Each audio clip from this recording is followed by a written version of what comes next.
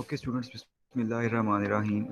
आज हम अपने इस लेक्चर में चार एवोल्यूशनरी थेरीज़ को जो है वो डिस्कस करेंगे और उनका इम्पैक्ट देखेंगे कि आपको एवोल्यूशन का तो पता ही है कि इसमें एक बेसिक बिलीफ ये रहा है कि ऑर्गेनिक एवोल्यूशन का एक नज़रिया आप पढ़ चुके हुए हैं कि which states that species can change over time, यानी स्पीशीज़ के अंदर जो है वो with the passage of time जो होता है वो चेंज आ रहा होता है। तो अब उस चेंज को जो है वो किस तरह से प्रपोज किया जाता रहा है या उसमें कौन कौन से कंसेप्ट रहे हैं, उन कंसेप्ट्स को आज के हम इस लेक्चर में देखेंगे। जैसे अब सबसे पहला जो फॉरमोस्ट कंसेप्ट रहा है एवोल्यूशनरी थेरीज के हवाले से, उसमें जो सबसे पहली थेरी पेश की गई थी वो थी लामार्किज्म या theory of inheritance of acquired characters, के एनिमल्स जो होते हैं या ऑर्गेनिजम्स जो होते हैं वो अपने करेक्टर्स को एक्वायर कर रहे होते हैं थ्रू इनहेरिटेंस। अब वो करेक्टर्स जो कि उनके अंदर चेंज हो सकते हैं, मतलब उसमें फिर दो तरह की इसने बातें बताई थी ना, कि यूज या डिस यूज ऑफ ऑर्गन्स, और दूसरे इसमें एक दो पॉइंट्स थे। तो जैसे अब यहाँ पे आप इसमें लामार्किज्म में देखें तो ये लामार्क एक साइंटिस्ट था जिसने 1809 में अपना ये नज़रिया जो था अपनी एक बुक के अंदर पेश किया था, जिसका बुक का नाम था फिलोसफिक जोलॉजिक। अब फिलोसफिक जोलॉजिक में इस फ्रेंच नेचुरलिस्ट ने एक नज़रिया पेश किया जिसके मुताबिक अब लामार्क की उसने एग्जाम्पल भी दी थी। अब लामार्क ने ये एग्जांपल जो दी वो जुराफ की दी थी, जिसको हम ज़राफ़ा कह देते हैं, ठीक है। तो ज़राफ़े का उसका जो मानना था कि ज़राफ़े के जो एंसेस्टर्स थे ना, उनकी शॉर्ट नेक हुआ करती थी, उनकी गर्दन इतनी लंबी नहीं हुआ करती थी। तो फिर बाद में क्या हुआ कि आहिस्ता आहिस्ता ज़राफ़े जो थे उस ज़माने में वो ज़मीन के ऊपर से घास फूस वगैरह खाया करते थे। फिर आहिस्ता आहिस्ता क्या हुआ कि जब वो घास फूस कम होनी शुरू हो गई, एनवायरनमेंट चेंज होना शुरू हुआ, तो अब ज़राफ़ों ने पत्तों के ऊपर खाना था, ठीक है। तो ज़राफ़े जब पत्ते दरख्तों के खाने चाहते थे तो उनकी नेक शॉर्टर थी। अब वो क्या करते थे, यहाँ पे देखें नेक्स्ट डायग्राम में, कि वो अपनी नेक को स्ट्रेच किया करते थे ताकि वो पत्तों तक पहुंच सके। तो इस तरह से जब वो अपनी नेक की स्ट्रेचिंग कर रहे होते थे पत्तों तक पहुंचने के लिए, तो इस तरीके से अपने नेक के मसल्स को स्ट्रेच कर रहे थे, तो उससे क्या हुआ, मसल्स जो थे वो ज़्यादा यूज़ हुए, जिसकी वजह से वो ज़्यादा एफिशिएंट हो गए, ज़्यादा अडेप्टिव हो गए, ज़्यादा उनके अंदर जो है वो चेंज आया, और वो नेक उनकी आहिस्ता आहिस्ता ग्रेजुअली जो है अलॉन्ग विद जनरेशंस जो है वो लंबी हो गई थी। हालांकि ये कोई नज़रिया इस तरह इतना प्रॉपर नहीं था, लेकिन इसके मुताबिक ये ज़रूर पता चला कि वो उसका मानना ये होता था कि जिस ऑर्गन को कोई भी एनिमल ज़्यादा यूज़ करेगा वो वेल डिवेलप हो जाएगा, जिस ऑर्गन को एनिमल ज़्यादा यूज़ नहीं करेगा वो क्या होगा, आहिस्ता आहिस्ता डीजनरेट कर जाएगा या ख़त्म हो जाएगा। तो इस तरह से ये जो लामार्किज्म एक नज़रिया था इसका, इसमें एक use and disuse of organ भी इसके अंदर एक पॉइंट शामिल हुआ करता था। जैसे अब यहाँ पे आप देखें तो ये उसने एक एग्जांपल ये भी दिखाई हुई यहाँ पे, ये हुई डायग्राम में, कि ओरिजिनल जो थे वो शॉर्ट नेक वाले थे, ठीक है, वो अपनी नेक को स्ट्रेच करते गए पत्तों तक पहुंचने के लिए। तो फिर स्ट्रेचिंग के नतीजे में क्या हुआ कि प्रोग्रेसिवली ये जो ज़राफ़े हैं इनकी गर्दन लंबी हो चुकी हुई थी, ठीक है ना, तो पत्तों तक नहीं वो पहुंच पाते थे, तो जोर लगाते थे, जैसे यहाँ पे आप ये देख रहे हैं। तो इस तरह से लॉन्ग नेक वाले जो आजकल ज़राफ़े हैं वो सर क्या कुछ हुआ समझ है कि वो नहीं आ ज़्यादा रहा। अपनी नेक को यूज़ करने की वजह से बने हैं। जी, आवाज़ नहीं आ रही आप लोगों को स्टूडेंट्स, क्लियर? आ रही सर सर। आ रही है, सर आ रही है। सर आ रही है हमें तो। मरीम, आ रही है। आपको क्यों नहीं आवाज़ आ रही?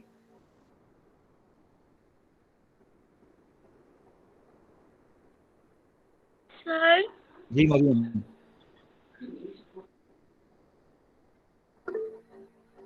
जी सर जी नहीं जी, आ हाँ रही। हैंड रेज किया हो, बताएं क्या। सर मैं भी यहाँ पे नेट इशू हो। बाकी स्टूडेंट्स आपको सबको आ रही है आवाज, क्लियर आ रही है? Yes sir. जी सर। जी sir. Sir yes sir. Maryam आप इंटरनेट को देखें, उसमें कोई इशू ना हो। ओके, तो इसमें ये देखें लामार्किज्म के मुताबिक अब वो नेक को जब यूज कर रहे होते थे तो नेक उनकी जो है वो ताकि बेटर यूज कर सके रिसोर्सेज को, उसकी वजह से उनके अंदर मॉडिफिकेशन आती गई। तो ये देखें उसकी नेक जो थी वो लॉन्ग हो गई हुई थी। तो इस तरह से ये जो एक लॉन्ग नेक का डेवलप हो जाना, लामार्क की थ्योरी को एक्सप्लेन लामार्क ने किया कि जिस ऑर्गन को ज्यादा यूज किया जाएगा वो बेटर डेवलप हो जाएगा। ये इसका एक नजरिया हुआ करता था जो इसने 1809 में पेश किया था। अब इसके कुछ पॉइंट्स हैं इसके नजरिए के, चार पॉइंट्स उसमें से लिखे हुए हैं कि organisms tend to increase in size and complexity with time, कि ऑर्गेनिज्म हमेशा क्या होते हैं, उनका साइज भी इंक्रीज करता है, उनकी कम्प्लेक्सिटी बढ़ती चली जाती है with the passage of time. यानी ओवर जनरेशंस क्या होगा, ऑर्गेनिजम्स जो होंगे वो ज्यादा कम्प्लेक्स होंगे, ज्यादा बेटर डेवलप हो जाएंगे। दूसरा इसमें क्या था कि एनवायरनमेंट का जब चेंज आता है तो उससे क्या होता है कि एनिमल्स को वो स्पेशल डिमांड करता है कि एनिमल्स भी वैसे ही अपने आप को चेंज करें या मॉडिफाई करें। सिर्फ वही एनिमल्स सर्वाइव करेंगे जो मॉडिफाई हो जाएंगे उसके मुताबिक, अदरवाइज बाकी एलिमिनेट हो जाएंगे। जैसे अब जिनकी नेक नहीं लंबी हो सकी थी डार्विन के उसके मुताबिक, लामार के मुताबिक, वो खत्म हो गए थे, वो सर्वाइव नहीं कर सके थे। जिन्होंने अपने आप को मॉडिफाई करके पत्तों तक अपने माउथ को पहुंचा लिया था जिराफों ने, वो जिराफे बच गए थे। बाकी ऑर्गन का किसी भी और एनिमल के अंदर डेवलप होने के लिए क्या जरूरी है कि जो भी मानना, अब इसकी कितनी एक्सटेंट होगी या कितना डेवलपमेंट ऑर्गन्स की होगी या एफिशिएंसी होगी, वो किस चीज पर डिपेंड करती है, on their use and disuse. ठीक है ना, कि कितनी डेवलपमेंट ऑर्गन्स की हुई है या कितनी नहीं हुई है, वो डिपेंड करता है उनके यूज के ऊपर, जिन ऑर्गन्स को जाएंगे आगे। अभी आपको इसमें एक वेल की एग्जांपल भी दिखाई जाएगी कि वेल जो थी उसकी भी पहली जो थी वो पेल्विक, यानी कि जो थे फ्लेम्स हुआ करते थे, लेकिन आहिस्ता आहिस्ता उन्होंने इस्तेमाल नहीं किया तो उनकी वो बोन्स ही बस अब अंदर रह गई हैं वेस्टिजियल ऑर्गन्स की शक्ल में। सर आवाज नहीं अदरवाइज आ रही है वेल, आपकी। सर मुझे तो कुछ समझ नहीं आ रहा। तो वो हम अगर कहें जी कि उसकी वो टेल आवाज बोन कटी जा रही है। टूट गई है या खराब हो गई है, या किसी चूहे की आप दुम काट दें तो क्या जी मरियम, आपके इंटरनेट सर में इशू हो आवाज नहीं आ सकता रही। है, स्टूडेंट्स को आवाज आ रही है। ठीक है, नो सर, अब है इशू, आपकी आवाज में डिस्टॉर्शन है। तो डिस्टॉर्शन हो रही, स्टूडेंट्स आपको सही आ रही आवाज, बाकियों को भी सर हो रही है डिस्टॉर्शन डिस्टॉर्शन में बीच फील हो बीच। रही है?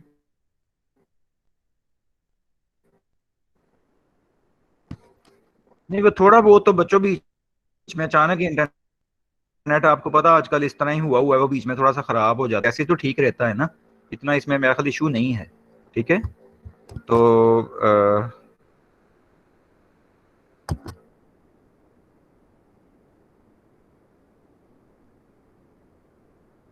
अब बेहतर हुई है आवाज कुछ, ताकि मैं उसको अगर कंटिन्यू कर सकूं। जी जी सर। जी sir. Yes sir. Yes sir. जी, अब देखें ऑब्जर्वेबल जो पेरेंट्स एक्वायर करते थे अपनी जिंदगी में, तो इसका लामार का मानना था कि वो भी आगे ट्रांसफर होंगे बच्चों में। हालांकि ऐसे ट्रांसफर,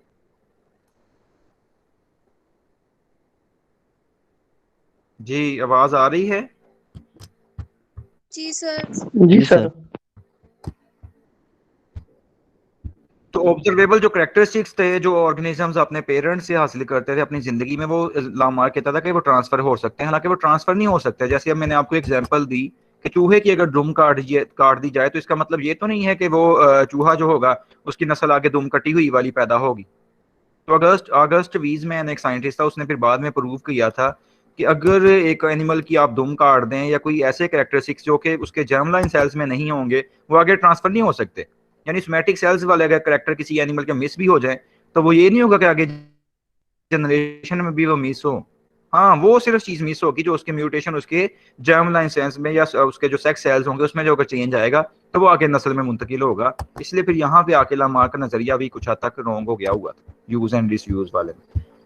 अब ऐसे ही दूसरा इसमें अगर आप देखें तो यूज एंड डिसयूज की भी एग्जांपल देता था कि इंटरनल हाइंड लिम्स जो हैं वेल्स के, अब ये देखें हाइंड लिम्स ये वाले वेल्स के इंटरनल जो हैं ये अभी भी प्रेजेंट है स्टिल वेस्टिजियल ऑर्गन्स की शक्ल में। लेकिन अगर आप वैसे देखें तो इनका कोई फंक्शन नहीं अब नजर आ रहा आजकल की मॉडर्न वेल में। लेकिन वो कहता था कि ये वेल की इस तरह से जो थी वो हाइंड लिम्स भी थे, फोर लिम्स भी थे, जिसकी वजह से वेल जो थी वो मूव भी कर सकती थी, क्रॉलिंग कर सकती थी। लेकिन अब प्रेजेंटली वेल तो नहीं ना क्रॉलिंग कर रही है। तो उसने कहा कि इनको इसने इस्तेमाल करना कम कर दिया था यूज एंड डिसयूज के मुताबिक, तो वो क्या हुआ आहिस्ता आहिस्ता डिजनरेट कर गए लिम्स उसके।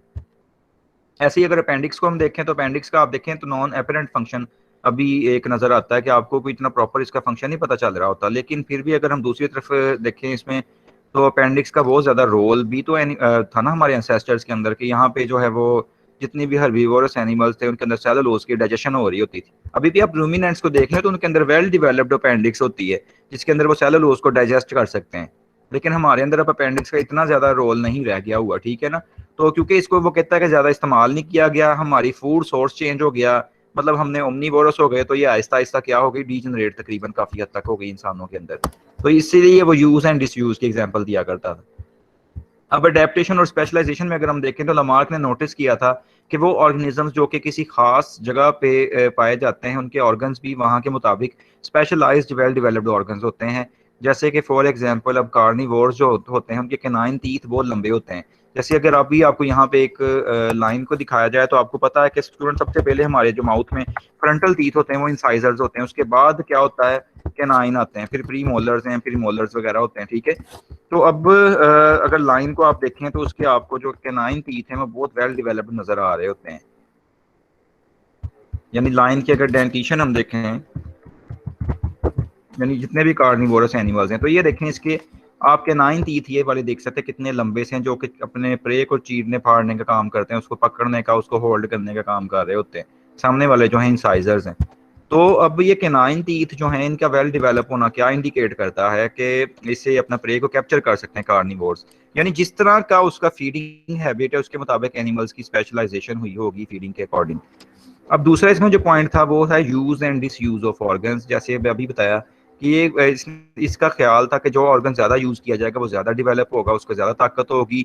अगर उसको नहीं यूज़ किया जाएगा तो वो डीजनरेट करना शुरू कर देगा, वो आहिस्ता आहिस्ता ख़त्म होना शुरू कर देगा, उसकी ताकत ख़त्म होती चली जाएगी। तो इसको वो कहा करता था कि use and disuse of organs. अब दूसरी जो थ्योरी थी वो थी डार्विनिज्म की, यानी डार्विन ने थ्योरी पेश की थी नेचुरल सिलेक्शन की, जो आप बीएससी में पढ़ चुके हुए हैं। तो 1809 से 1882 तक डार्विन की आपको पता लाइफ एज है, तो उसमें उसने 1859 में ये थ्योरी को प्रपोज किया था। डार्विन ने अपनी इस थ्योरी को जो था अपनी एक बुक में पेश किया था जिसका नाम था on the origin of species by means of natural selection. यानी स्पीशीज का जो है वो इर्तिका होना बजरिया कुदरती चुनाव। स्पीशीज जो है वो कुदरती चुनाव के जरिए से कैसे जो है कुदरत उनको सिलेक्ट करती है, किन कैरेक्टरिस्टिक्स को सिलेक्ट करेगी। तो इसने इसको 24 नवंबर 1859 को पेश किया था अपनी इस थ्योरी को। तो ये वाला जो इसका कंसेप्ट है उसको नेचुरल सिलेक्शन का कंसेप्ट कहा जाता है by the mechanism of evolution. अब ये जो डार्विन की थ्योरी थी नेचुरल सिलेक्शन वाली, इसमें बेशुमार पॉइंट्स आते हैं। जैसे अब यहाँ पे आप देखें तो डार्विन ने ये फिंचीज को सबसे पहले ऑब्जर्व किया था, जो गैलापागोस आइलैंड पे जब ये गया था। तो इसने कहा था कि एनिमल्स वहाँ के जो हैं फिंचीज जो हैं इनके एंसेस्टर सबके कॉमन थे। लेकिन बाद में क्या हुआ, जिस तरह का इनका हैबिटेट था, जिस तरह की इनकी निश थी, जिस तरह का इनका सोर्स था फीडिंग सोर्स, उसके अकॉर्डिंगली इनकी ये बीक साइज और बीक शेप जो है वो चेंज होती चली गई। तो यहाँ से फिर डार्विन ने अपनी एवोल्यूशनरी जो था थ्योरी को पेश किया था। इनको देखते हुए इसने प्रपोज किया था कि एनिमल्स जो होते हैं वो चेंज करते हैं over time according to their feeding habit या अकॉर्डिंग टू देयर एनवायरनमेंट। तो इसमें और भी बहुत सारे पॉस्टुलेट्स है इस थ्योरी के, जिनमें से ये कुछ लिखे हुए हैं। इसके कुछ नकात ये वाले थे कि जियोमेट्रिक इंक्रीज, यानी एनिमल्स जो होते हैं they can increase at a geometric rate, मतलब बहुत ज्यादा इनमें पोटेंशियल होता है अपने आप को इंक्रीज करने का पॉपुलेशन को। और दूसरी तरफ अगर देखें तो रिसोर्सेज जो है और स्पेस जो है ये लिमिटेड होते हैं। एनिमल्स तो अपनी पॉपुलेशन बहुत ज्यादा बढ़ा सकते हैं, लेकिन अब रिसोर्सेज लिमिटेड होने की वजह से क्या होता है, स्ट्रगल बन जाती है एनिमल्स के दरमियान, कंपटीशन बन जाता है, इंट्रा स्पेसिफिक भी और इंटर स्पेसिफिक कंपटीशन भी बन जाता है, जिसकी वजह से जो उसमें कम्पीट नहीं कर पाते अपने अच्छा जेनेटिक मेकअप होने की वजह से, वो क्या होते हैं उसमें से एलिमिनेट हो जाते हैं। और जो इनका अच्छा जेनेटिक मेकअप होता है, जो अपने एनवायरनमेंट के मुताबिक कोप अप कर सकते हैं, वो क्या करते हैं, वो अपनी जनरेशन को आगे ट्रांसफर कर सकते हैं, यानी उनकी नस्ल आगे भी बढ़ सकती है। अब इसमें इसके बाद था वेरिएशंस। अब इसका मानना था कि जो अच्छी वेरिएशंस होती हैं ना, यूजफुल वेरिएशंस, वो आगे नस्लों में भी ट्रांसफर होती हैं। जो तगय्युरात आते हैं एंसेस्टर्स में अच्छे वाले, वो आगे नस्लों में भी जाते हैं। जो डिलीटेरियस वेरिएशंस होंगी वो क्या करेंगी, वो खत्म कर देंगी ऑर्गेनिज्म को या स्पीशीज को, वो स्पीशीज ही दुनिया से वाइप आउट कर जाएंगी। जो अब पांचवा इसमें पॉइंट देखें कि नेचुरल सिलेक्शन जो होती है सर्वाइवल ऑफ द फिटेस्ट, यही वाला वो पॉइंट कि फिटेस्ट अब ऑर्गेनिज्म जो है डार्विन के मुताबिक वो होते हैं जो ज्यादा रिप्रोडक्शन कर सकते हैं, जिनका रिप्रोडक्टिव सक्सेस ज्यादा हो, जो अपनी नस्ल ज्यादा पैदा कर सकते हैं, तो उनको फिट कहा जाता था कि they are the fittest organism. यानी बायोलॉजिकली आप उस स्पीशीज को या उस एनिमल को फिट मानते हैं जो अपनी जिसकी रिप्रोडक्शन कैपेसिटी बहुत ज्यादा अच्छी होती है, उसको फिट कहा जाता है। इसी तरह से इनहेरिटेंस ऑफ यूजफुल वेरिएशंस, जो अच्छी तगय्युरात होंगे वो आगे नस्ल में भी ट्रांसफ़र होते हैं। और सातवां पॉइंट इसका ये था कि अक्सर क्या होता है, स्पीसिएशन का प्रोसेस होता है, नई स्पीशीज भी बन सकती हैं। जैसे अभी आपको यहाँ पे ये मैं दिखा रहा था कि ये स्पीसिएशन की ही एग्जांपल है ना, कि एक डार्विन फिंचेस के एंसेस्टर कॉमन थे, तो उससे 13 या 14 तरह की जो नई डार्विन फिंचेस बनी हैं, तो वो जो डार्विन फिंचेस वजूद में आई हैं वो क्या है, स्पीसिएशन की बेस्ट एग्जांपल है, जिसमें ये देखें हर एक के अंदर आपको जो है ना वो बीक से साइज और बीक शेप का जो है ना वो डिफरेंस नजर आ रहा है। जैसे यहाँ पे आप ये देख रहे हैं कि नेचुरल सिलेक्शन जो फिंचेस की हुई थी उसमें ये बीक साइज और shape according to their food habit था, कि जिस तरह की उनकी फूड थी वहां पे गैलापागोस आइलैंड के ऊपर, तो वैसी ही उनकी शेप होगी हुई थी। अब यहाँ पे भी एक एग्जांपल आपको दिखाई गई है, इस आपके ये देख सकते हैं एक एवोल्यूशन हुई हुई है। अब इसमें स्टूडेंट्स आप अगर जियोलॉजिकल टाइम स्केल देखें तो उसमें आप एपक्स के साथ अगर आप जियोलॉजिकल टाइम स्केल को देखें तो ये एपक्स आपको यहाँ पे दिखाए गए हैं। यानी सबसे पहले इयोन्स होते हैं, फिर इराज होते हैं, फिर पीरियड्स आते हैं इसमें, फिर एपक्स आते हैं। तो ये चार चीज़ें होती हैं जियोलॉजिकल टाइम स्केल में, जो भी आप एफएससी में पार्ट 1 में पढ़ा करते थे, ठीक है ना। तो सबसे पहले इयोन है जो बहुत लॉन्गर यानी कि ड्यूरेशन वाले हैं, तो ये इयोन यहाँ पे हैं। फिर इराज आ गए उसके आगे, ठीक है ना, प्रोटीरोजोइक, पैलियोजोइक, मीसोजोइक और सीनोजोइक इरा, तो ऊपर वाले सबसे रिसेंट वन है। फिर इसके बाद पीरियड्स हैं, ये वाले आपने पढ़े, Cambrian, Ordovician, Silurian, Devonian, Carboniferous, Permian, Triassic, Jurassic, Cretaceous. फिर इसके बाद ये टर्शियरी पीरियड को पैलियोजीन और नियोजीन में डिवाइड किया गया और क्वार्टनरी है। अब ये जो टर्शियरी पीरियड है ना, इसके आगे ये देखें एपक्स हैं, यानी ये जो सीनोजोइक इरा है ना, इसको एपक्स में डिवाइड किया गया है। यानी ये छोटे छोटे इस प्रेजेंट इरा तक है वो होलोसीन है, प्रेजेंट पीरियड क्वार्टनरी है, ठीक है। प्रेजेंट इरा सीनोजोइक इरा है, प्रेजेंट इयोन क्या है, फेनेरोजोइक है। तो ये फेनेरो, ये ऊपर वाले जो जितने भी बन रहे हैं ये सारे प्रेजेंट हैं। तो ये वाला जो है ना ये आपको दिखाया गया पैलियोसीन से लेके होलोसीन तक। तो इसमें अगर आप देखें यहाँ पे उनकी आपको एवोल्यूशन दिखाई गई कि पैलियोसीन देखें, ये 60 मिलियन ईयर्स ऑफ प्राइमेट्स के जो एंसेस्टर्स थे, तो उनमें से ये मॉडर्न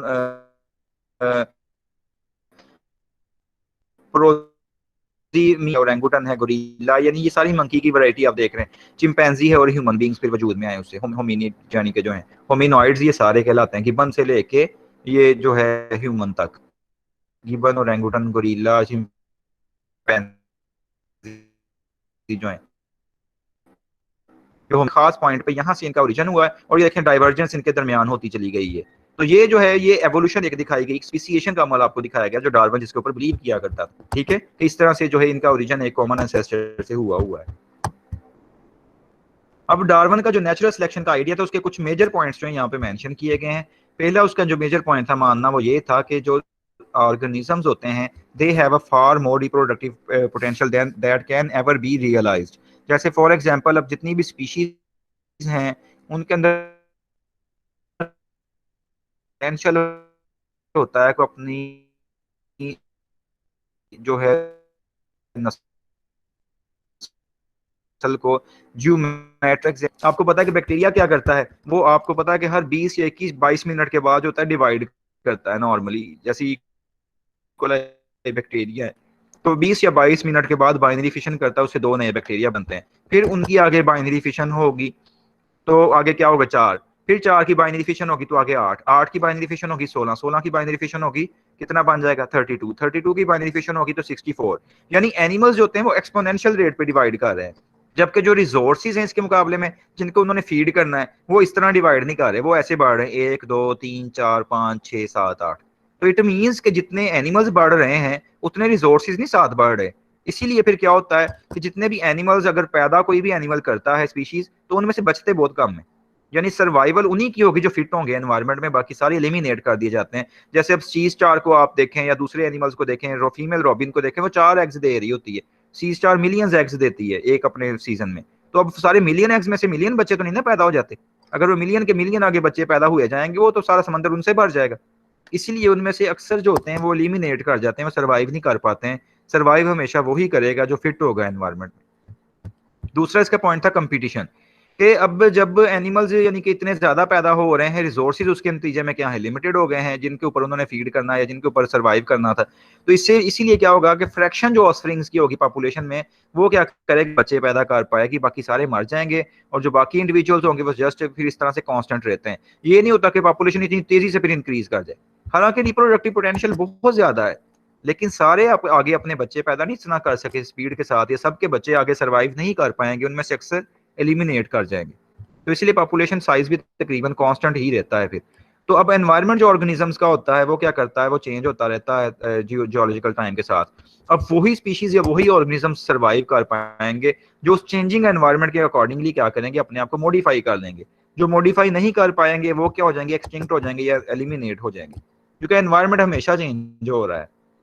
और तीसरा इसका पॉइंट क्या कहता था, वेरिएशंस, कि अब जो पॉपुलेशन होती है स्पीशीज की, उनके अंदर वेरिएशन आ रही होती है, उनके ओरिजिनल कैरेक्टर से वो थोड़ा बहुत चेंज करते हैं। जैसे हम लोग अपने पेरेंट्स से थोड़ा बहुत डेविएशन शो करते हैं, हमारी मॉर्फोलॉजी में या हमारे जेनेटिक मेकअप थोड़ा सा डिस्टिंक्ट है। क्यों डिस्टिंक्ट है? Because of crossing over. हमारे अंदर क्रॉसिंग ओवर की वजह से हम पैदा हुए हैं, जेनेटिक मेकअप एक्सचेंज हुआ है, इसलिए हमारे अंदर कैरेक्टर्स डिफरेंट है, जो अमलगमेशन जिनका हुआ हुआ है, जो मर्ज अप हुए हैं हमारे अंदर। चौथा इसका पॉइंट क्या है, अडेप्टेशन। अब कुछ ऐसी वेरिएशंस हमारे अंदर आ जाती हैं, कुछ इंडिविजुअल्स के अंदर, उस पॉपुलेशन के अंदर, जो उनको ज़्यादा ऑफस्प्रिंग्स पैदा करने के काबिल बना देती हैं एज़ कम्पेयर टू अदर्स। यानी मैंने बताया ना कि सर्वाइवल ऑफ द फिटेस्ट में हमेशा आप फिट उसको मानेंगे ऑर्गेनिज़्म को जिसके ऑफस्प्रिंग्स ज़्यादा पैदा हो रहे हैं, जो ज़्यादा बच्चे पैदा कर सकता है, तो उसको क्या माना जाता है? उसको अपने एनवायरनमेंट के मुताबिक ज़्यादा अडेप्टिव माना जाता है और ज़्यादा फिट माना जाता है। अब पाँचवाँ पॉइंट इसमें क्या कह रहा है कि जो इंडिविजुअल्स होते हैं उनके अंदर जो फेवरेबल ट्रेड्स होंगे, वो ज़्यादा ऑफस्प्रिंग्स पैदा कर पाएँगे। यानी जो इंडिविजुअल्स जिनके अंदर अच्छी खसूसियात होंगी, उनके ज़्यादा बच्चे पैदा होंगे, और जिनकी अच्छी खसूसियात नहीं होंगी, उनके बच्चे भी कम पैदा होंगे। इट मीन्स उनकी नस्ल खत्म होने के चांसेस हैं। नस्ल सिर्फ़ उनकी सर्वाइव करेगी जिनके अंदर अच्छी ट्रेड्स वाली खसूसियात मौजूद होंगी, अच्छे कैरेक्टर्स मौजूद होंगे, जो एनवायरनमेंट के मुताबिक फिट होंगे। क्योंकि एनवायरनमेंट तो चेंज हो रहा है। जो उस चेंज के मुताबिक फिट होगा, सिर्फ वही सर्वाइव करेगा, उसी की प्रोजनी आगे जो है वो रन करेगी throughout their next generations. अब इसमें स्पीसिएशन वाला एक पॉइंट आप देख रहे हैं। स्पीसिएशन मींस के किसी भी नई स्पीशीज का वजूद में आ जाना। आपने चार तरह के स्पीसिएशन इवेंट्स मैंने आपको लास्ट लेक्चर्स में पढ़ाया,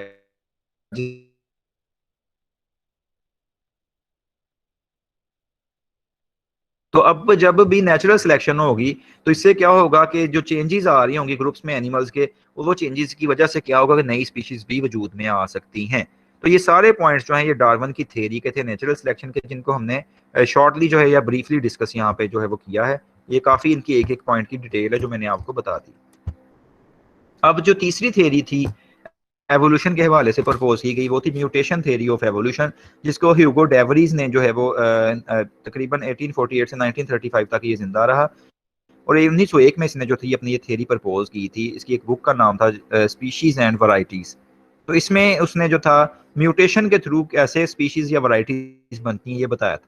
अब आपको पता है कि म्यूटेशन क्या है, कि अचानक जेनेटिक मेकअप के अंदर किसी भी ऑर्गेनिज्म में चेंज आ जाना, तो ये म्यूटेशन में आ जाता है पॉइंट, ठीक है। अब म्यूटेशन थ्योरी जो थी ह्यूगो डेवरीज की, वो बताती थी कि ऑर्गेनिजम्स होते हैं they can change over time. तो उनकी जो चेंजेस होती हैं वो आगे क्या करती, नई नस्ल में अचानक से आ जाती हैं। यानी ये म्यूटेशन थ्योरी में ये इसने बात बताई थी, ये ह्यूगो डेवरीज था, ये आप यहाँ पे इसका इमेज देख सकते हैं। तो इसने कहा था कि ऑर्गेनिजम्स में ये नहीं होता कि चेंजेस आहिस्ता आहिस्ता नस्ल में जाएंगी, बल्कि वो किसी भी स्टेप पे आके अचानक से चेंज आ सकता है, जो आगे फिर नस्लों में चलता जाएगा। ये नहीं होगा कि वो चेंज मतलब जो है वो स्लोली स्लोली चल रहा है, मिलियन ऑफ ईयर्स उसको लगे, बल्कि एब्रप्ट चेंज आना है, सडन चेंज आना है किसी भी पॉइंट पे, जिसकी वजह से क्या होगा, वो डीएनए में चेंज आ जाने की वजह से या जीन्स में चेंज आने की वजह से एक नई स्पीशीज बन जाएंगी। तो इस तरह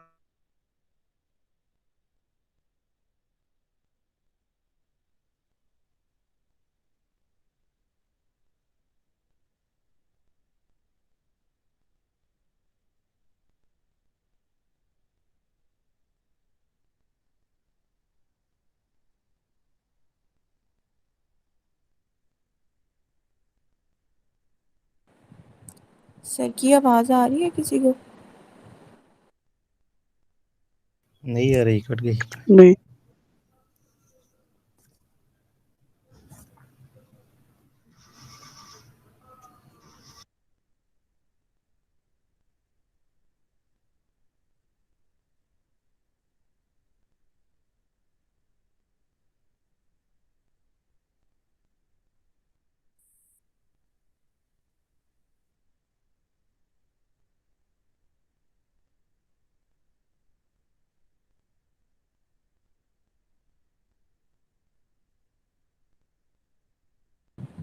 सर सर की तरफ से तो लेफ्ट हो गया है। लाइट चली गई है शायद सर की।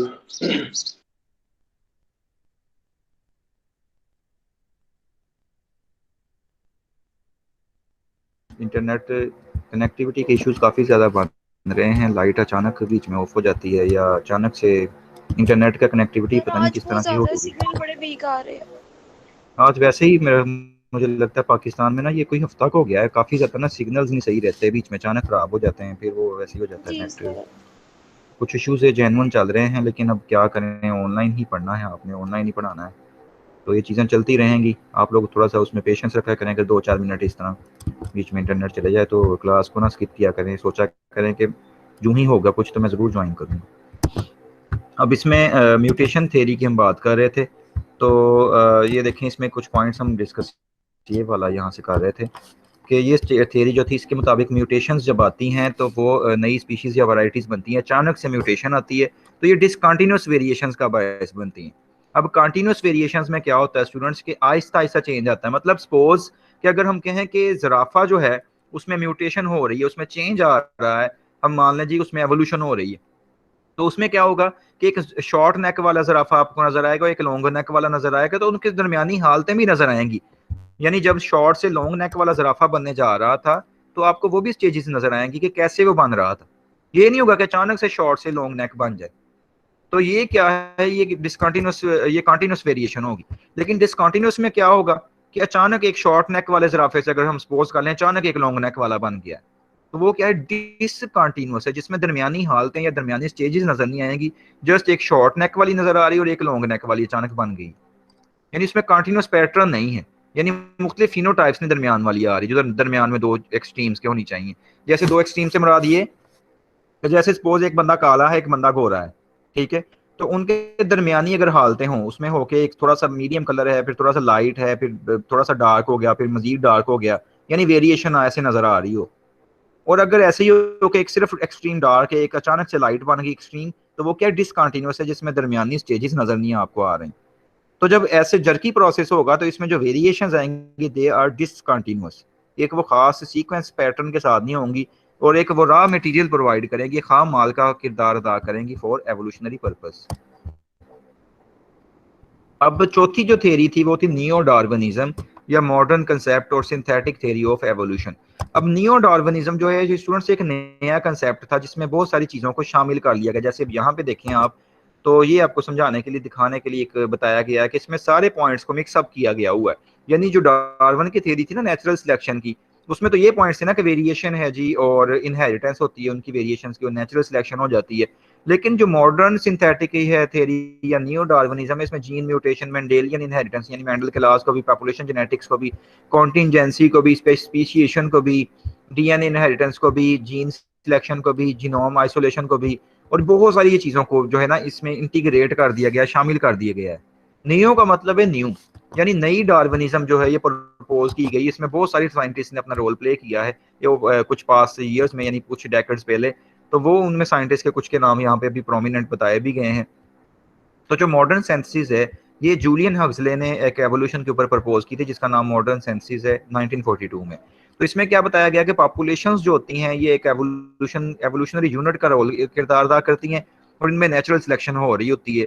तो साइंटिस्ट जिन्होंने नियो डार्विनिज्म बनाई थी इसमें कंट्रीब्यूट किया था, उसमें हक्सले आता है, फिशर आता है, हेल्डेन आता है, सीवल राइट आ जाता है, मुलर आ जाता है, डोब्जेंस्की आ जाता है अमेरिका का। तो ये सारे साइंटिस्ट ऐसे हैं जिन्होंने नई डार्विन की थ्योरी जो है बनाई जो ज़्यादा फिट है। तो इसमें साइंटिफिक एविडेंसेस लिए गए जेनेटिक्स में से भी, यानी जेनेटिक्स को भी डार्विन के लॉज में इंक्लूड कर दिया गया, डार्विन की जो थ्योरी थी नेचुरल सिलेक्शन की, तो इसलिए नियो डार्विनिज्म ये बन गई। और मॉडर्न सिंथेटिक थ्योरी भी इसलिए इसको कहते हैं ना, सिंथेटिक मीन जिसमें तमीरी काम किया गया, जिसमें बहुत सारी चीज़ें जो है यूनाइट कर दी गई। अब इसमें बताया गया है जी कि अलीलिक फ्रीक्वेंसी में जब भी पॉपुलेशन के चेंज आएगा सक्सेसिव जनरेशंस में, तो वो चेंजेस जब ज़्यादा हो जाएंगे तो उसके नतीजे में क्या होगा, नई स्पीशीज बन जाएंगी। यानी जब भी जनरेशंस में चेंज आ रहा होगा जीन फ्रीक्वेंसी में या अलीलिक फ्रीक्वेंसी में, तो उसका नतीजा क्या होगा कि नई स्पीशीज बन सकती हैं। और स्पीशीज जो नई बनती हैं इंडिविजुअल्स की, और स्पीशीज की यहाँ पे वही डेफिनेशन बायोलॉजिकल के, स्पीशीज एक ग्रुप है इंडिविजुअल्स का जो इंटरब्रीडिंग कर सकते हैं और जो ऑस्प्रिंग्स फर्टाइल ऑस्प्रिंग्स पैदा कर सकते हैं। अब सिंथेटिक थ्योरी ऑफ एवोल्यूशन को नियो डार्विनिज्म भी कहते हैं। इसमें क्या है, ये इसकी डेफिनेशन है कि variation mostly occurs as a result of gene mutations, कि जीन्स में जब म्यूटेशन आ जाती है, अचानक चेंज आता है डीएनए में, अब्रप्ट चेंज। अब उसकी कई रीजंस हो सकती हैं, इंसर्शंस हो सकती हैं, डिलीशंस हो सकती हैं, डुप्लीकेशंस हो सकती हैं, इस तरह की यानी कि बेशुमार एग्जांपल्स अभी हम आगे देखते हैं। तो एवोल्यूशन जो होती है ये बेसिकली इसके मुताबिक क्या है, change in allelic frequency with in a population over time, कि किसी भी पॉपुलेशन में उसकी जो अलील्स में चेंज आ जाना है ना, उसी को हम क्या कहते हैं, एवोल्यूशन का नाम दे रहे होते हैं अकॉर्डिंग टू नियो डार्विनिज्म। अब ये अर्नेस्ट मायर स्टूडेंट्स आप यहाँ पे देख रहे हैं, ये वो साइंटिस्ट है जिसकी बुक के अभी आपने सारे पेजेस पढ़े हैं, यानी जो भी आपने एक बुक के जो है आपके इमेजेस आप पढ़ते थे या उसमें से सारा हमने जो मटेरियल पढ़ा है वो अर्नेस्ट मायर की बुक में से ही आपने पढ़ा है। अब कुछ साइंटिस्ट का यहाँ पे एक्सप्लेन किया गया थोड़े थोड़े पॉइंट्स कि इन्होंने क्या क्या इसमें एवोल्यूशनरी थ्योरी में कंट्रीब्यूशंस दी हुई हैं, इन्होंने क्या क्या इसमें अपना रोल प्ले किया। सबसे पहले फिशर है, इसने एक बुक पब्लिश की थी जिसका नाम था genetical theory of natural selection 1930। फिर हेल्डेन था, जेबीएस हेल्डेन, इसने एक अपनी पॉपुलर बुक जो थी उसका नाम था द काज ऑफ एवोल्यूशन, कि एवोल्यूशन होती क्यों है, उसकी वजह क्या है, 1932 में दी थी। तो उसमें बहुत सारी उसने ना एंड पे ऊपर अपेंडिक्स जो होता है बुक का एंड वाला पेजेस जो होते हैं वहां पे उसने बहुत सारी डिटेल दी थी, एक टाइटल लिख के a mathematical theory of artificial and natural selection. तो इसने एक मैथमेटिकली जो थी थ्योरी पेश की थी नेचुरल की और आर्टिफिशियल सिलेक्शन की। अब वो थ्योरी इसने बनाई कैसे थी, इसने बहुत सारी जो थे रिसर्च पेपर्स उनको मिला के 1918 से लेके जो 1930 तक 1932 तक के थे उन रिसर्च पेपर्स को मिला के उसने एक थ्योरी वाली बनाई थी। इसी तरह से राइट था, सिविल राइट, उसने क्या किया, उसने एक बहुत बड़ा पेपर पब्लिश किया था जिसका नाम था एवोल्यूशन इन मेंडेलियन पॉपुलेशंस, यानी ऐसी पॉपुलेशंस जो मेंडल के लॉज को फॉलो करती है, Mendel law of independent assortment या लॉ ऑफ सेग्रीगेशन को, जिसमें आपने रेशोज देखी हुई 9:3:3:1 और 3:1 रेशो, ठीक है ना। तो वो वाली जो यानी कि लॉज हैं और वो 1931 में उन लॉज पे जो भी पॉपुलेशन जो थी फॉलो करती थी उनके ऊपर एवोल्यूशन कैसे होती, तो उसको इसने डिटेल में बताया। सिविल राइट ने, फिशर और हेल्डेन की तरह इसने काम नहीं किया। राइट जो था इसने 4 वॉल्यूम जो थे अपने ट्रीटाइज के वो पब्लिश किए थे अपने उस पूरी जिंदगी में 1968 से लेके 78 तक। अब इसी तरह से थियोडोसियस डोब्ज़ेंस्की था, इसने क्या किया, इसने एवोल्यूशन के ऊपर जो था फ्रूट फ्लाइज के ऊपर काम किया और इसने बताया कि जो रिप्रोडक्टिव आइसोलेशन होती है वो कैसे होती है। रिप्रोडक्टिव बैरियर का सारा काम जो था वो इसी साइंटिस्ट का कारनामा था, डोब्ज़ेंस्की का, जिसको हम आजकल रिप्रोडक्टिव आइसोलेशन कहते हैं कि दो मुख्तलिफ स्पीशीज आपस में नॉर्मली इंटरब्रीड नहीं कर सकती, अगर करेंगे तो हाइब्रिड पैदा होते हैं, आपने यही पढ़ा है ना। इसी तरह इसने ड्रोसोफिला पे जब काम किया तो इसको पता चला कि ड्रोसोफिला की सिबलिंग स्पीशीज होती हैं। अब सिबलिंग स्पीशीज आप पढ़ चुके हैं कि ऐसी स्पीशीज जो कि मॉर्फोलॉजिकली जो होती हैं आइडेंटिकल होती हैं लेकिन रिप्रोडक्टिवली क्या होती हैं, आइसोलेटेड होती हैं। तो अब इसने 2 ड्रोसोफिला की स्पीशीज भी उसमें देखी थी कि एक ड्रोसोफिला सूडो ऑब्सक्योरा थी, दूसरी ड्रोसोफिला पर्सीमाइलस थी। तो फिर ये रशिया से यूएसए में मूव कर गया था 1927 में। अब न्यू डार्विनिज्म के कुछ पॉस्टुलेट्स हैं, कुछ नकात हैं, ये अब यहाँ पे एक्सप्लेन किए गए हैं। पहला उसका पॉस्टुलेट है, वो कहता है म्यूटेशंस को, यानी कि ना जेनेटिक वेरिएबिलिटी आती क्यों है इंडिविजुअल्स में, यानी स्पीशीज क्यों चेंज होती हैं, नई स्पीशीज कैसे बनती हैं। तो उसकी पहली रीजन क्या है, म्यूटेशंस। अब म्यूटेशंस में पहला जो पॉइंट आता है वो है क्रोमोसोमल एबीरेशंस, यानी क्रोमोसोम्स का जो है वो कोई पार्ट का ज़ाया हो जाना या ज़्यादा आ जाना या एक जगह से दूसरी जगह पर चले जाना या उनका अपनी पोजीशन को चेंज कर लेना। तो उसमें पहला पॉइंट जो है 4 तरह के पॉइंट्स आते हैं ना, डिलीशन है, डुप्लीकेशन है, ट्रांसलोकेशन है और इन्वर्जन है। अगर तो डिलीशन हो जाएगी किसी भी जीन एरिया के तो उससे क्या होगा कि क्रोमोसोम जो होगा वो उससे नया कोई इंडिविजुअल बनेगा। डुप्लीकेशन में क्या होगा कि एक से ज्यादा जीन्स एक ही क्रोमोसोम के अंदर ऐड हो जाएंगी, रिपीट हो जाएंगी, यानी कि उसको टैंडम रिपीट कहा जाएगा। ट्रांसलोकेशन में क्या होगा कि जीन ब्लॉक जो होगा एक क्रोमोसोम से जो है वो दूसरे किसी भी नॉन होमोलोगस क्रोमोसोम के ऊपर मूव कर जाएगा या वो अपनी रेसिप्रोकल टाइप में चले जाएगा। इन्वर्जन में क्या होगा कि जो इंटर कैलरी जीन ब्लॉक होगा वो 180 डिग्री पे जो है वो क्या करेगा, रोटेट करेगा और वो पैरासेंट्रिक या पेरीसेंट्रिक एरिया में चलेगा। पैरासेंट्रिक मीन के जो सेंट्रोमियर है क्रोमोसोम का उसके पास, या पेरीसेंट्रिक मीन के सेंट्रोमियर के बिल्कुल पास वाले एरिया में वो जीन चले जाएगा। तो इस तरह से यानी कि कई प्रोसेसेस हो सकते हैं जिसकी वजह से क्या होगा कि इंडिविजुअल्स के अंदर चेंज आता है। अब न्यूमेरिकली अगर हम देखें पहला था कि उसमें आपने देखा म्यूटेशन की टाइप में क्रोमोसोमल एबीरेशंस, अब दूसरी टाइप उसमें है न्यूमेरिकल क्रोमोसोमल म्यूटेशंस। अब न्यूमेरिकली अगर हम देखें तो नंबर उसका कैसे क्रोमोसोम्स का चेंज होता है, आपको पता है नंबर भी कम ज्यादा होता है। जैसे अगर तो पूरा का पूरा कई दफा कुछ इंडिविजुअल्स में सेट ही क्रोमोसोम का चेंज हो जाता है, यानी नया सेट आ जाता है। कुछ में क्या होता है कि जस्ट क्रोमोसोम का नंबर ही चेंज हो रहा होता है, सेट का सेट नहीं चेंज होता। अब यूप्लाइडी एक ऐसी कंडीशन है जिसमें एक या एक से ज्यादा जो होता है जीनोम जो होता है ऑर्गेनिज्म या तो हासिल कर लेते हैं या जाया कर देते हैं, यानी उनका जीनोम पूरे का पूरा जो होगा वो या तो एक नया हासिल कर लेंगे, यानी डबल हो जाएगा जीनोम ओरिजिनल साइज से। इसको यूप्लाइडी कहा जाता है। और एन्यूप्लाइडी में क्या होता है कि जस्ट एक या एक से ज्यादा क्रोमोसोम एनिमल या तो हासिल कर लेगा या जाया कर देगा। तो ये सारी जो है म्यूटेशन का बायस बनती है क्रोमोसोमल लेवल पे। यानी इसमें देखें एन्यूप्लाइडी में तो जस्ट क्रोमोसोम्स एक या एक से ज्यादा कम ज्यादा हो रहे हैं किसी भी इंडिविजुअल में, जबकि यूप्लाइडी में क्या हो रहा है कि पूरे का पूरा क्रोमोसोमल सेट जो है उसका पूरा जेनेटिक मेकअप ही जो है वो कम ज्यादा हो सकता है। और यूप्लाइडी के अंदर भी फिर दो कंडीशंस है, एक हैप्लाइडी है और एक पॉलीप्लाइडी। हैप्लाइडी में आधा सेट रह जाएगा क्रोमोसोम्स का, यानी 1n रह जाएगा, 2n नहीं रहेगा, हाफ यानी सेट रह जाएगा, डबल नहीं रहेगा वो। और जो पॉलीप्लाइडी है उसके अंदर क्या होगा कि 2n की बजाय या 3n हो जाएगा या 4n हो जाएगा या ज्यादा उससे भी हो सकता है। तो 4n जो होता है वो ज्यादा कॉमन है, यानी टेट्राप्लाइडी जो कंडीशन है वो कॉमन है। जैसे आपको पता है प्लांट्स के केस में टेट्राप्लाइड अक्सर प्लांट्स होते हैं, ठीक है। अब एन्यूप्लाइडी जो है इसमें क्या होता है कि हाइपोप्लाइडी हो सकती है, हाइपरप्लाइडी हो सकती है। हाइपोप्लाइडी में क्या हो सकता है, मोनोसोमी आ सकती है कि यानी एक क्रोमोसोम कम हो जाएगा, और नलीसोमी आ सकती है जिसमें दो क्रोमोसोम्स होते हैं वो उनको जाया हो सकते हैं। हाइपरप्लॉइडी में क्या हो सकता है कि ट्राइसोमी कंडीशन आ सकती है, यानी एक क्रोमोसोम ज्यादा हो गया तो ट्राइसोमी आ जाएगी, अगर दो क्रोमोसोम ज्यादा हो गए हैं तो टेट्रासोमी आ जाएगी। यानी ग्रीक वर्ड्स है ना, ट्राई, टेट्रा, पेंटा, हेक्सा, हेप्टा, इस तरह से वही वाले। उसके बाद है जीन म्यूटेशंस। अब जीन म्यूटेशन में क्या होगा, पॉइंट म्यूटेशन आप ऑलरेडी पढ़ चुके हुए हैं जब हमने cell and molecular biology course पढ़ा था। तो इसमें अब देखें कि केमिकल नेचर जो डीएनए की होती है उसमें चेंज आ जाता है जीन के, और तीन तरह की टाइप्स हो सकती हैं, या तो एक से ज्यादा न्यूक्लियोटाइड के पेयर्स जो होंगे वो जीन में से डिलीट हो जाएंगे, या एक से ज्यादा क्रोमोसोम जो न्यूक्लियोटाइड के पेयर्स हैं वो उसमें जीन में ऐड हो जाएंगे, या फिर क्या होगा कि एक या एक से ज्यादा न्यूक्लियोटाइड पेयर्स जो हैं उनकी जगह पे कोई और पेयर आ जाएगा, यानी सब्सटीट्यूशन हो जाएगी कि जो जीन्स वहां पे आने थे न्यूक्लियोटाइड जीन के अंदर उनकी जगह पे कोई और न्यूक्लियोटाइड आके लग जाएगा। और इसके बायस क्या बनता है सब्सटीट्यूशन का, अक्सर जो होते हैं ये म्यूटाजेंस बनते हैं। म्यूटाजेंस मींस कोई भी ऐसा फिजिकल या केमिकल कंपाउंड या चीज जिसकी वजह से म्यूटेशन जो हो सकती है तो उसको म्यूटाजन कहते हैं।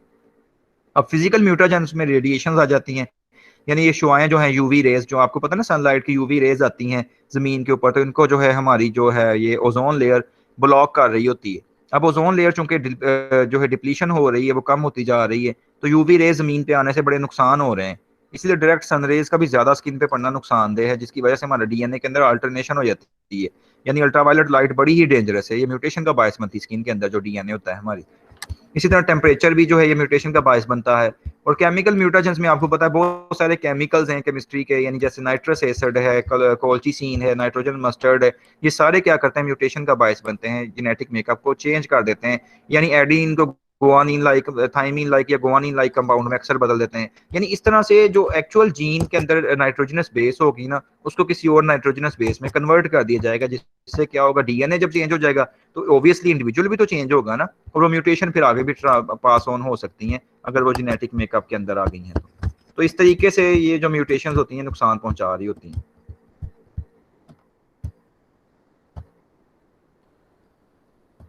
अब रिकम्बिनेशन, अगर अब रिकम्बिनेशन हम जीन्स का देखें तो अक्सर जीन्स की रिकम्बिनेशन भी हो रही होती है क्रॉसिंग ओवर की वजह से। आपको पता है ह्यूमन बींग्स भी, हम लोग जितने भी म्योटिक प्रोडक्ट्स हैं तो हमारे अंदर क्रॉसिंग ओवर की वजह से हम पैदा होते हैं, तो हमारा जेनेटिक मेकअप जो होता है वो पेरेंट्स के जेनेटिक मेकअप के रिकम्बिनेशन से बनता है, मतलब क्रॉसिंग ओवर के नतीजे में आपको पता है टेट्राड्स बनते थे और ये सारी चीजें आपने उसमें पढ़ी हुई हैं। तो जो नए कम्बिनेशन बन रहे होते हैं उसकी वजह से क्या होता है, जो बाईवेलेंस क्रोमोसोम्स के बनते हैं इक्वेटर के ऊपर मेटाफेज 1 के दौरान, तो फ्यूजन गैमेट्स की फिर उसके बाद फर्टिलाइजेशन में हो जाती है।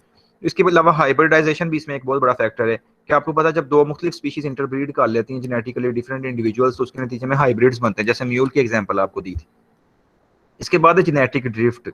अब जेनेटिक ड्रिफ्ट स्टूडेंट्स एक ऐसा मैकेनिज्म है जिसमें किसी भी ओरिजिनल पॉपुलेशन में से, ये हमने ना टॉपिक डिटेल में भी पढ़ने जेनेटिक ड्रिफ्ट या दूसरे, इसमें आप ना दो तरह के इफेक्ट देखेंगे, एक इसमें स्टूडेंट्स आप देखेंगे बोटल नेक इफेक्ट और इसमें आप एक देखेंगे जो है वो होता है वो फाउंडर इफेक्ट। इसमें दो तरह के इफेक्ट्स आ जाते हैं, आपको समझाता हूँ कि व्हाट इज जेनेटिक ड्रिफ्ट। अच्छा अब ये देखें स्टूडेंट्स, एक आपको ये बोतल नजर आ रही है, ये बोतल नेक इफेक्ट आप देख रहे हैं, इसमें दो तरह के इफेक्ट होते हैं। अभी हम आगे इनको डिटेल में डिस्कस करेंगे जब हमारा लेक्चर जो है वो अपकमिंग ये वाला आएगा ओरिजिनल लेक्चर, ठीक है। अभी तो जस्ट पॉइंट्स आप थोड़ा थोड़ा पढ़ रहे हैं। ओरिजिनल पॉपुलेशन थी एक, ठीक है, सपोज इसमें से क्या हुआ कि बहुत सारे इंडिविजुअल्स की हंटिंग सपोज कर दी गई। ओरिजिनल पॉपुलेशन मान लें जी के ना 26 इंडिविजुअल्स हों, ठीक है, 26 इंडिविजुअल हों, तो उनमें से ना हम कहते हैं कि हंटिंग कर की जा रही है। हंटिंग के नतीजे में ना आप समझ लें कि हर इंडिविजुअल के पास ना एक अपनी जीन्स है, सपोज कर लें, मतलब अगर ए इंडिविजुअल है ना तो ए से लेके ना आप जी तक इंडिविजुअल्स मान लें 26। तो ए के पास जो है वो अपना जेनेटिक मेकअप ए वाला है, बी के पास बी वाला है, सी के पास सी वाला है, यानी जी तक तकरीबन 26 जेनेटिक मेकअप आ गए। ठीक है, अब उसमें क्या हुआ कि हंटिंग की गई। हंटिंग के नतीजे में आपने मान लिया जी सपोज के ना 4 सिर्फ बचे, बाकी सारे मर गए। अब जो 4 बचे उनमें से सपोज कर लें जी कि वाई जी थे और ए बी थे, बाकी जितने भी इंग्लिश के लेटर्स थे वो मारे गए हंटिंग के नतीजे में। पॉपुलेशन यानी कि ना बहुत थोड़ी रह गई, इतनी सारी पॉपुलेशन थी उनमें से बहुत थोड़े से रह गए इंडिविजुअल्स। अब ये जो थोड़े से इंडिविजुअल्स सर्वाइव किए हैं, यानी ये नेक में से देखें थोड़े से इंडिविजुअल बच के इधर आए हैं, अब ये आपस में रिप्रोडक्शन करेंगे। सर्वाइविंग पॉपुलेशन रिप्रोडक्शन करके ये दोबारा उतने ही हो गए जितने इनके ओरिजिनल पॉपुलेशन थी। तो क्या इनका जेनेटिक मेकअप अपनी ओरिजिनल पॉपुलेशन जैसा होगा या डिफरेंट होगा? या आपसे क्वेश्चन है मेरा, क्या इनका जेनेटिक मेकअप अपनी ओरिजिनल पॉपुलेशन वाला होगा या डिफरेंट होगा? जी बच्चों सोच के बताएं ना।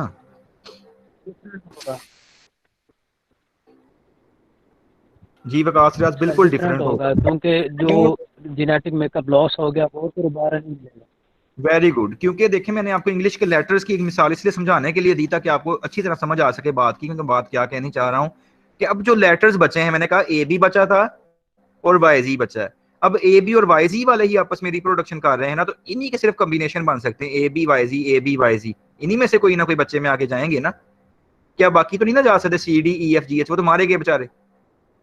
इट मीन्स कि जब पॉपुलेशन साइज बहुत स्मॉल रह जाता है किसी भी डिजास्टर की वजह से, किसी भी हंटिंग की वजह से, किसी भी चीज की वजह से, किसी भी स्पीशीज का, तो उनमें जेनेटिक डाइवर्सिटी बड़ी कम हो जाती है।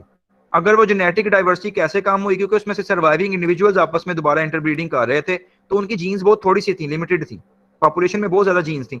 अब वही लिमिटेड जीन्स ही आपस में क्रॉसिंग कर करके इन ब्रीडिंग होने के नतीजे में जब इतनी सारी पॉपुलेशन दोबारा भी बन जाएगी, तो वो जीन्स तो नहीं ना आ पाएंगी जो जो जो इंडिविजुअल मारे गए थे, उनकी जीन्स तो नहीं ना कभी भी आ पाएंगी।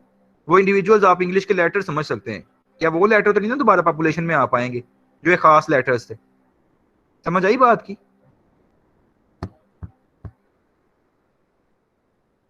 जी सर। बाकी जी सर। बच्चों आपको समझ आई, बाकी स्टूडेंट्स को? जी सर। जी शबाब आपको, अब्दुल वकील आपको? जी सर समझ आ गई है।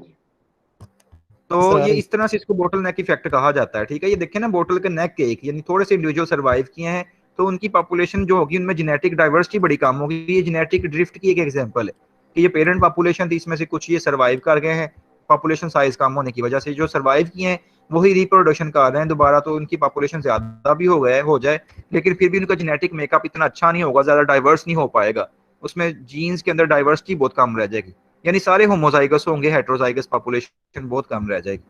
तो अब दूसरी इसमें एग्जांपल जो होती है जेनेटिक ड्रिफ्ट की, वो है बोटल फाउंडर इफेक्ट। उसमें क्या होता है कि कुछ इंडिविजुअल्स किसी नई जगह पे ना माइग्रेट करके नई कॉलोनी बसा लेते हैं, तो उसके नतीजे में फाउंडर इफेक्ट बनता है, यानी कि उनके जीन्स जो होंगे सिर्फ वही वाली वहीं पे प्रिवेल करेंगे। जैसे ये देखें एग्जांपल कि ये मदर पॉपुलेशन थी, ठीक है, इनमें से कुछ इंडिविजुअल्स को कोई नई कॉलोनी ना अपनी इन्होंने किसी नई जगह पे जाके बसा ली। अब ये सिर्फ यही आपस में इंटरब्रीड कर सकते थे, यानी सपोज यही यहाँ पे भी यही आप कर लें कि ये इंग्लिश के कुछ लेटर्स हैं, यानी इंग्लिश के 26 अगर ये लेटर्स हों तो उनमें से कुछ लेटर्स ये वाले हैं। अब ये लेटर्स यहाँ पे मूव कर गए हैं, जब आपस में ये इंटरब्रीड भी करेंगे तो ये वही लेटर्स के ही आपस में कॉम्बिनेशन बनेगा ना, कोई और लेटर्स तो नहीं ना इंग्लिश के हो सकते, वो उन्हीं का ही आगे बच्चे पैदा होते जाएंगे वही लेटर्स के बार बार बार बार। तो ओरिजिनल पॉपुलेशन वाला जेनेटिक मेकअप नहीं इनका हो पाएगा कभी भी। तो ये माइग्रेशन की वजह से इनके अंदर जेनेटिक डाइवर्सिटी कम हो गई है, तो ये पॉपुलेशन जो है ये अपनी जनरेशन के बाद इतनी सारी भी अगर हो जाए फिर भी क्या होगा, इनका जेनेटिक डाइवर्सिटी कम ही रहेगी। तो इसको हम कहते हैं फाउंडर इफेक्ट। ठीक है, तो ये दो इफेक्ट होते हैं इसके अंदर, एक बोटल नेक इफेक्ट और दूसरा फाउंडर इफेक्ट। समझ आई बच्चों इस बात की जेनेटिक ड्रिफ्ट की? अब जी सर। देखिए इसमें लिखा हुआ है कि इसमें एलिमिनेशन हो जाती है जीन्स की कुछ ओरिजिनल कैरेक्टर्स वाली की, जैसे स्पीशीज जब एक्सट्रीम रिडक्शन उनके पॉपुलेशन में होगी ड्यू टू एपिडेमिक्स, तो उसमें क्या हो सकता है कोई वबा फैल गई थी या माइग्रेशन करने की वजह से। माइग्रेशन मीन्स कि वो जो अभी आपको मैं बता रहा था फाउंडर इफेक्ट या सीवल राइट इफेक्ट भी उसको कहा जाता है। तो इसमें चांसेस जो वेरिएशंस के होंगे वो ज्यादा बढ़ जाते हैं बाय नॉन रैंडम मेटिंग। बाद में है रिप्रोडक्टिव आइसोलेशन। अब आपको पता है जब पॉपुलेशंस आपस में इंटरब्रीडिंग नहीं कर पाएंगी तो उनमें रिप्रोडक्टिव आइसोलेशन आ जाएगी, जिसकी वजह से क्या होगा कि नई स्पीशीज बन जाएंगी। अब इंडिविजुअल्स जो होते हैं ये ज़्यादा बच्चे क्यों पैदा करते हैं, बहुत सारे इंडिविजुअल्स होते हैं वो अपने एनवायरनमेंट में ज़्यादा फिट होंगे, जो जितना ज़्यादा फिट होगा उतने ज़्यादा बच्चे पैदा करेगा, और पॉजिटिव सिलेक्शन प्रेशर जो होगा वो यूजफुल जेनेटिक वेरिएबिलिटी को आगे नस्ल में लेके जाएगा, नेगेटिव सिलेक्शन प्रेशर को वो क्या कर देगा, खत्म कर देगा। तो इस तरह से जो होगा जेनेटिक वेरिएबिलिटी जो होगी वो बढ़ती चली जाएगी। इसी तरह से जो बेटर चांसेस होंगे सेक्सुअल सिलेक्शन के, सेक्सुअल सिलेक्शन भी एक टॉपिक आप आगे पढ़ेंगे जाके, इसमें आपको पता चलेगा कि स्पीशीज कैसे एक दूसरे को इम्प्रेस करती हैं अपने मेट को जो है हासिल करने के लिए, उनमें क्या क्या एवोल्यूशनरी मैकेनिज्म्स आए हुए हैं, मोर में देखेंगे या बाकी स्पीशीज में आप देखेंगे। तो इसमें क्या होता है कि डेवलपमेंट कुछ ब्राइट कलर्ड स्पॉट्स जो होते हैं बॉडी के ऊपर अक्सर बन जाते हैं बर्ड्स के, जैसे मेल बर्ड्स या फिश के अंदर, तो वो क्या होता है वो एक दूसरे पार्टनर को अट्रैक्ट करने के लिए करते हैं। अब चौथा पॉइंट इसमें क्या है कि जो फिजिकली या बायोलॉजिकल एनवायरमेंटल फैक्टर्स को जो है ओवरकम करने की सलाहियत रखते हैं इंडिविजुअल्स, वो सेक्सुअल मैच्योरिटी में पहुंच जाएंगे, जो नहीं कर सकते ओवरकम वो मर जाएंगे। सो नेचुरल सिलेक्शन जो है या नियर डार्विनिज्म जो है ये एक क्रिएटिव फोर्स का नाम है जो कि कंपैरेटिव रिप्रोडक्टिव सक्सेस को इन्हांस करती है। मतलब वो इंडिविजुअल्स जो अपने एनवायरनमेंट में बेटर रह सकते हैं, जिनमें बायोलॉजिकली भी स्ट्रॉन्ग हैं, जो फिजिकली भी स्ट्रॉन्ग हैं, हर लिहाज से स्ट्रॉन्ग है, उनकी नस्ल आगे ज़्यादा पैदा होगी, उनको ज़्यादा नेचुरली फिट माना जाएगा और वो ज़्यादा नियो डार्विनिज्म थ्योरी के ऊपर फिट होते हैं। तो accumulation of a number of such variations lead to the origin of a new species। तो जब इतनी सारी इस तरह की वेरिएशंस आगे चलती जाएंगी तो उससे नई स्पीशीज बनेगी, स्पीसीएशन का अमल होता चला जाएगा। तो ये थी जी हमारी 4 थ्योरीज, इसमें कोई क्वेश्चन हो तो आप पूछ सकते हैं।